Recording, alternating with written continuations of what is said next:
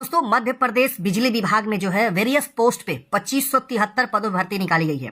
इसमें कई प्रकार के अलग अलग पोस्ट हैं, आप यहाँ पे देख सकते हैं।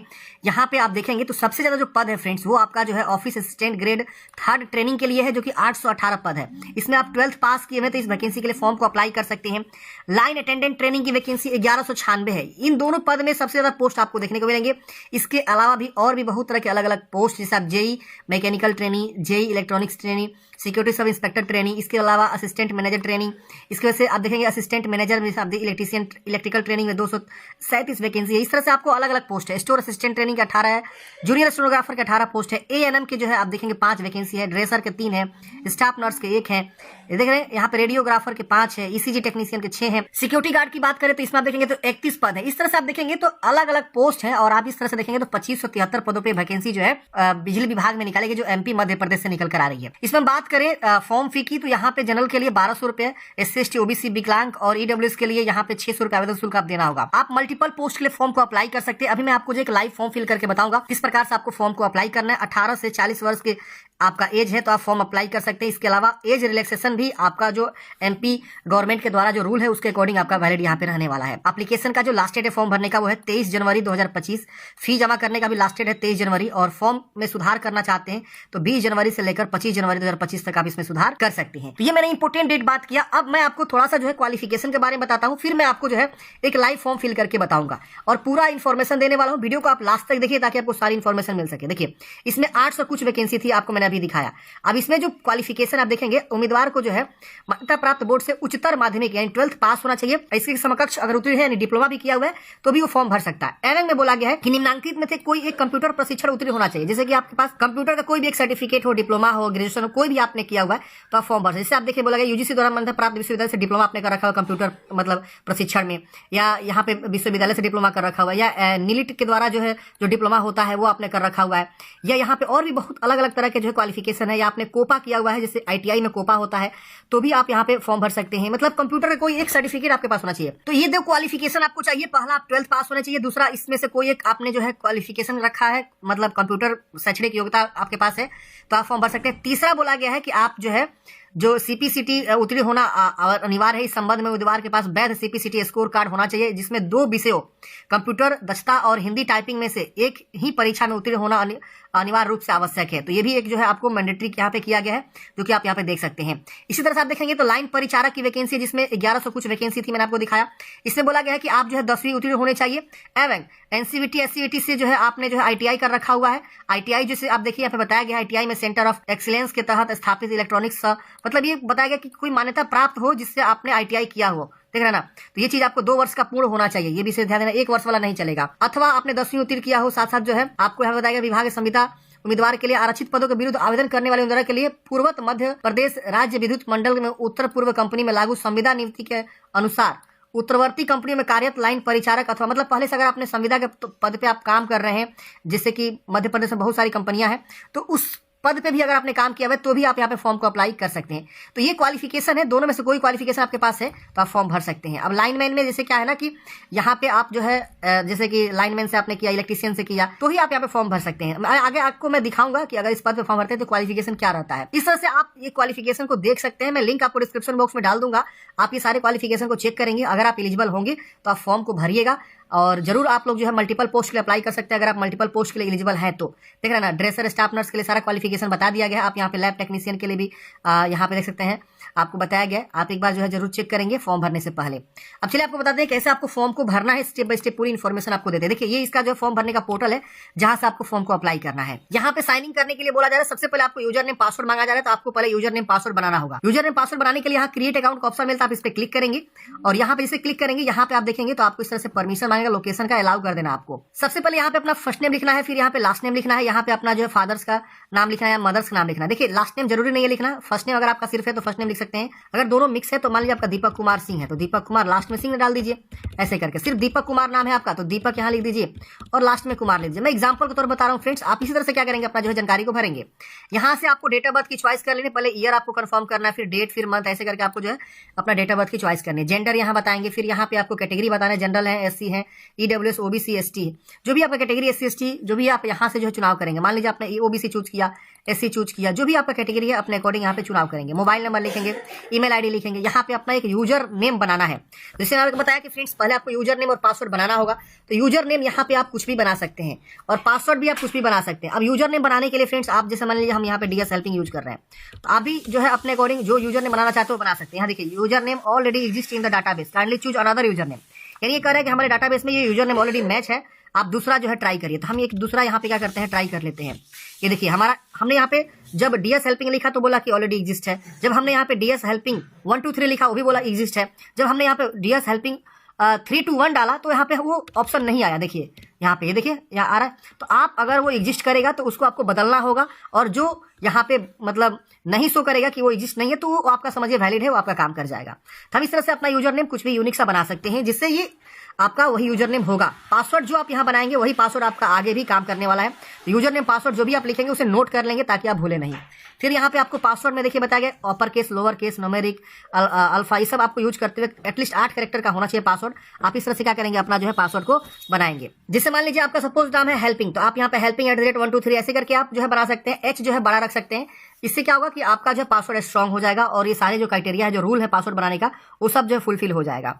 तो यहाँ पे पासवर्ड बना लीजिएगा, फिर कैप्चा कोड भर के आपको सबमिट कर देना है। सबमिट करते हैं फ्रेंड्स, यहाँ पे आपको इस तरह से जो है मैसेज एक जनरेट होता है आपके सिस्टम पे, बोला जाता है कंग्रेचुलेसन, आपका अकाउंट यहाँ पे क्रिएट हो चुका है, आपका लॉगिन आईडी ये है। तो आप यहाँ पे यूजर नेम को नोट कर लेंगे, ओके करेंगे। ओके करते हैं फ्रेंड्स। अब आपको अपना यूजर नेम लिखना है जो आपने क्रिएट किया था, पासवर्ड जो आपने क्रिएट किया था वो लिखना है, और इस कैप्चा कोड भर के आपको लॉगिन करना है। जैसे फ्रेंड्स आप लॉगिन करेंगे, यहाँ पे आपका जो वैकेंसी है वहाँ पे आपको शो करेगा। देख सकते हैं यहाँ पे recruitment on various class 3rd and class 4th post regular basis on जो सक्सेसर कंपनीज है आपका, देख सकते हैं यहाँ पे विद्युत वितरण कंपनी जो है इंदौर। यहाँ पे आप जो एडवर्टाइजमेंट देखना चाहते हैं, इस पर क्लिक करके पूरा एडवर्टाइजमेंट आप यहाँ पे देख सकते हैं। हम इसे कट करेंगे।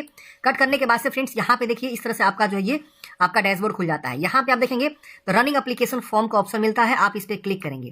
जैसे आप इस पे क्लिक करेंगे तो यहाँ पे इस प्रकार से आप देखेंगे तो इंपोर्टेंट नोटिस आपको देखने को मिलता है, इसे आप क्लोज करेंगे। अब यहाँ पे जो वैकेंसी चल रही है वो आप यहाँ पे देख सकते हैं, जो कि आपका विद्युत यानी बिजली विभाग में जो वैकेंसी वहाँ पे आपको देखने को मिल जाता है। यहाँ रूल बुक नोटिफिकेशन, और यहाँ पे आपको इस तरह से देखिए एप्लीकेशन फॉर्म का जो है इंपोर्टेंट डेट और यहाँ अप्लाई का सेक्शन मिलेगा। यहाँ पे देखेंगे तो Madhya Pradesh metro rail corporation में वैकेंसी चल रही है, जो कि यहाँ पे आपको देखने को मिलता है। इसके अलावा यहाँ पे जो है CPCT ट्रेनिंग प्रोग्राम का जो यहाँ पे आपको देखने को मिलता है। तो इस तरह से आपको जो है यहाँ पे नीचे वाला सेक्शन से आपको अप्लाई करना है, जो कि यहाँ पे आप देख सकते हैं बिजली विभाग की वैकेंसी का। यहाँ से आप कुछ भी नोटिफिकेशन देखना चाहते हैं देख सकते हैं। तो हम क्या करते हैं फ्रेंड्स, यहाँ पे जो है एप्लीकेशन फॉर्म वाले ऑप्शन पे क्लिक करेंगे। यहाँ अगर आपने फी पेमेंट नहीं किया है तो आप जो है यहाँ से फी पेमेंट करेंगे। तो पहले हम यहाँ पे अप्लाई वाले सेक्शन पे क्लिक करते हैं। अब देखिए जैसे हम अप्लाई पे क्लिक करेंगे तो यहाँ पे एक अलर्ट आएगा। यहाँ बोल रहा है कि please complete before filling application form, मतलब ये बोल रहा है कि पहले आपको अपना प्रोफाइल को कंप्लीट करना है। तो हम यहाँ गो टू होम पे आ जाएंगे, इसे कट करेंगे। यहाँ पे देखिए प्रोफाइल सेक्शन मिलता है, हम इस पे क्लिक करेंगे और अपने पूरे प्रोफाइल को पहले कंप्लीट करेंगे, फिर यहाँ पे रनिंग एप्लीकेशन फॉर्म पे आएंगे। तो पहले हमको प्रोफाइल यहाँ पे कंप्लीट करना होगा। तो यहाँ पे आपका जो है रजिस्ट्रेशन से जो भी जानकारी है उठाया रहेगा। यहाँ पे आपको अपना जो है फुल नेम दोबारा से यहाँ पे लिखना है, श्री श्रीमती ये सब नहीं यूज करना है। यहाँ आपको जो है बताना है डोमिसाइल, किस राज्य के आप निवासी है वो चुनाव करेंगे।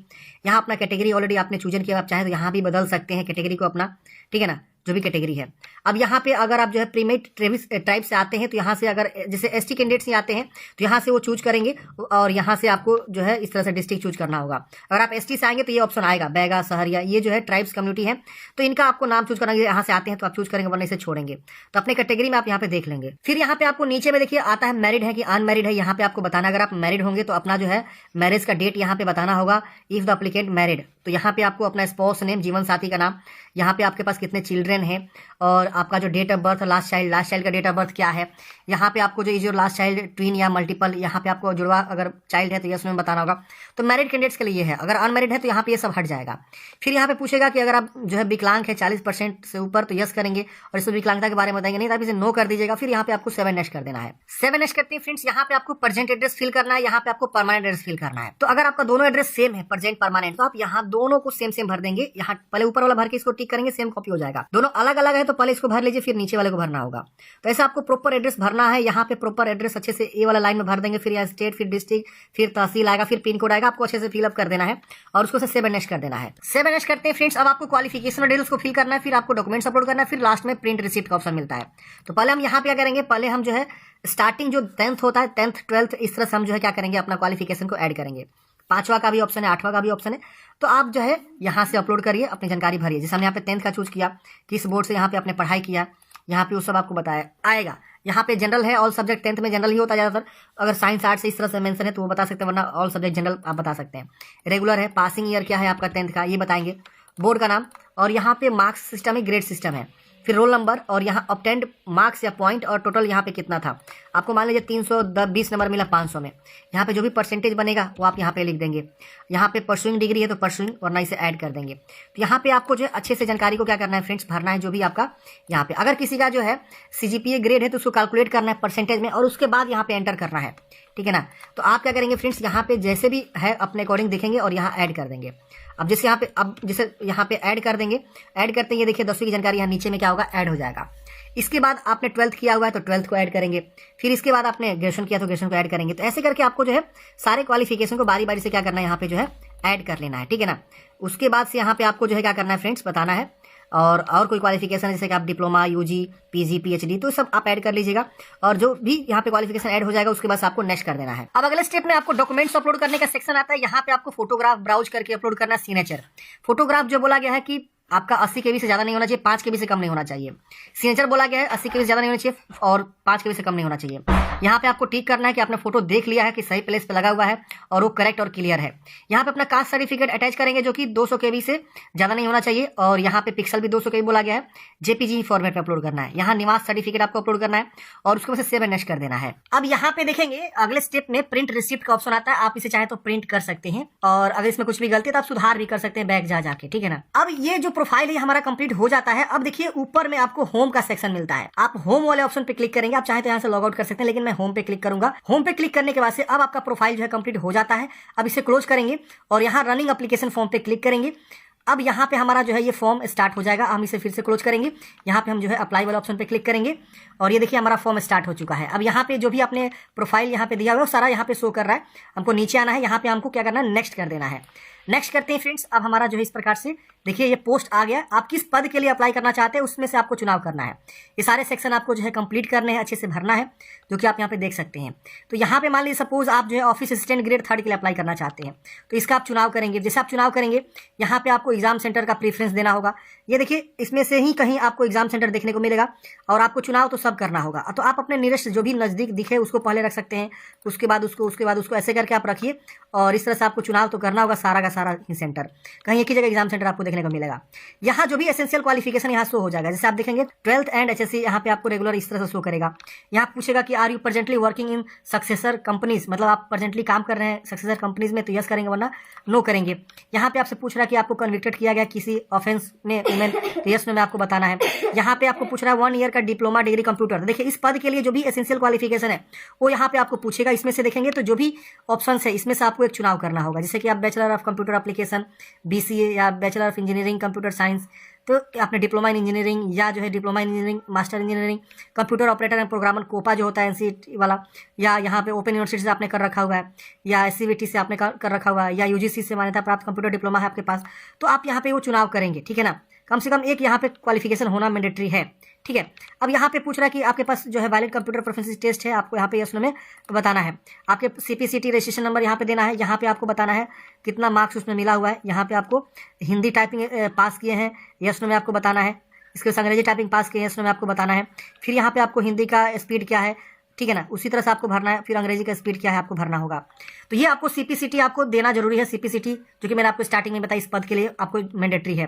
एक्सपीरियंस है तो एक्सपीरियंस भरेंगे, अकाउंट की जानकारी भरेंगे, बाकी यहाँ पे क्वालिफिकेशन, यहाँ 12th की मार्कशीट, यहाँ पे एसेंशियल ऑल सर्टिफिकेट, यहाँ ID प्रूफ जैसे आधार कार्ड पैन कार्ड अपलोड करना है, CPCT स्कोर अपलोड करना है, और यहाँ पे सर्टिफिकेट इन सक्सेसर कंपनीज अगर आप काम कर रहे हैं रेगुलर बेसिस पे तो उसका सर्टिफिकेट अटैच करने के वजह से मैंडेटरी नहीं छोड़ देंगे। अब मान लीजिए सपोज आप लाइन अटेंडेंट के लिए फॉर्म भरना चाहते हैं तो इसको आप टिक करेंगे। तो अगर आप इसके लिए एलिजिबल हैं तो इसके लिए टिक करेंगे। फिर उसी तरह से आपका क्वालिफिकेशन देखिए आएगा कि आपने 10th के बाद ITI किया हुआ है इलेक्ट्रीशियन से, वायरमैन से, लाइनमैन से, या आप रेगुलर जो है इस विद्युत कंपनी में काम कर रहे हैं, सर्टिफिकेट ऑफ वायरमैन, तो भी आप फॉर्म भर सकते हैं। तो आप उसका चुनाव करेंगे और उसके अकॉर्डिंग यहाँ पे आप जानकारी खोल के आएगा। यहाँ पे देखिए आपको ये बताना होगा एक्सपीरियंस के बारे में आपके पास है तो नहीं तो इसे छोड़ सकते हैं। अकाउंट डिटेल्स भरना होगा, फिर उसके अकॉर्डिंग क्वालिफिकेशन को आपको अटैच करना होगा। तो जिस भी पद के लिए अप्लाई करना चाहते हैं उसका आप चुनाव करेंगे।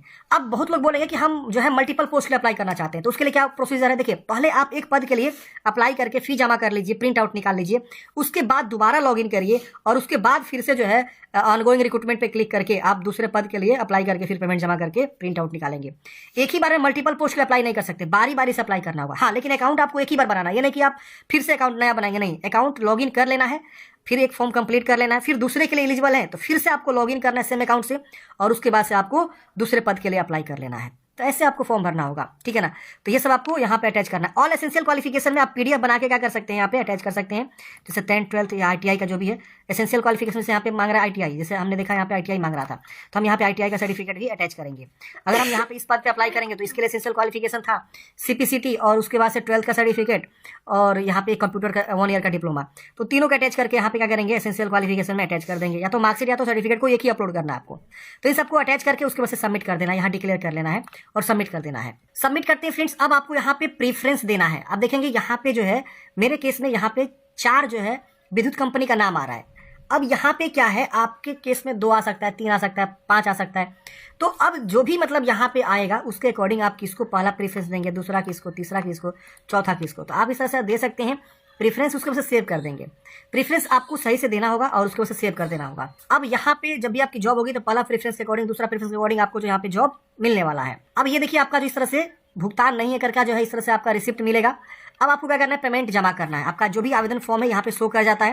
आप एक बार अच्छे से वेरीफाई कर लीजिए कि हाँ जो भी जानकारी है सब चीज सही है। अब जब आप नीचे आएंगे तो यहाँ पे आपको देखिए प्रिंट का ऑप्शन मिलता है और यहाँ पे पेमेंट का ऑप्शन मिलता है। तो आप क्या करेंगे, यहाँ पे पेमेंट वाले ऑप्शन पे क्लिक करेंगे। पेमेंट ऑप्शन पे क्लिक करते हैं फ्रेंड्स, यहाँ पे आपको देखिए इस प्रकार से जो है पेमेंट शो करता है। आपको यहाँ पे सबमिट वाले ऑप्शन पे क्या करना है, क्लिक करना है। यहाँ देखिए कियोस्क का है और एक सिटीजन का ऑप्शन मिलेगा, तो आप सिटीजन चूज करिएगा, कियोस्क यहाँ पे नहीं चूज करना है। यहाँ पे आपको सिटीजन चूज करके सबमिट कर देना है। सबमिट करते हैं फ्रेंड्स। अब यहाँ पे आपको net banking, debit card, UPI बहुत सारे ऑप्शन देखने को मिलेंगे। आप जिस भी ऑप्शन के थ्रू पेमेंट जमा करना चाहते हैं वो आप यहाँ पे क्या करेंगे, चूज करेंगे, चुनाव करेंगे और उसका आप जो है पेमेंट जमा कर देंगे। फाइनल जब पेमेंट जमा कर देंगे उसके बाद से आपका जो फॉर्म फाइनल सबमिट हो जाएगा और उसके बाद से आपको फाइनल प्रिंट आउट निकाल कर अपने पास जो हार्ड कॉपी सुरक्षित रख लेना है। अब मान लीजिए आपने एक पद के लिए अप्लाई कर दिया, आप चाहते हैं हम दूसरे पद के लिए अप्लाई करना है, तो फिर आप क्या करेंगे, लॉगिन करेंगे। इसी वाले पेज पे आपको लॉगिन करना होता है और लॉगिन करने के बाद से आपको जो है फिर से जो है दोबारा से क्या करना होगा, आपको जो है अप्लाई करना होगा।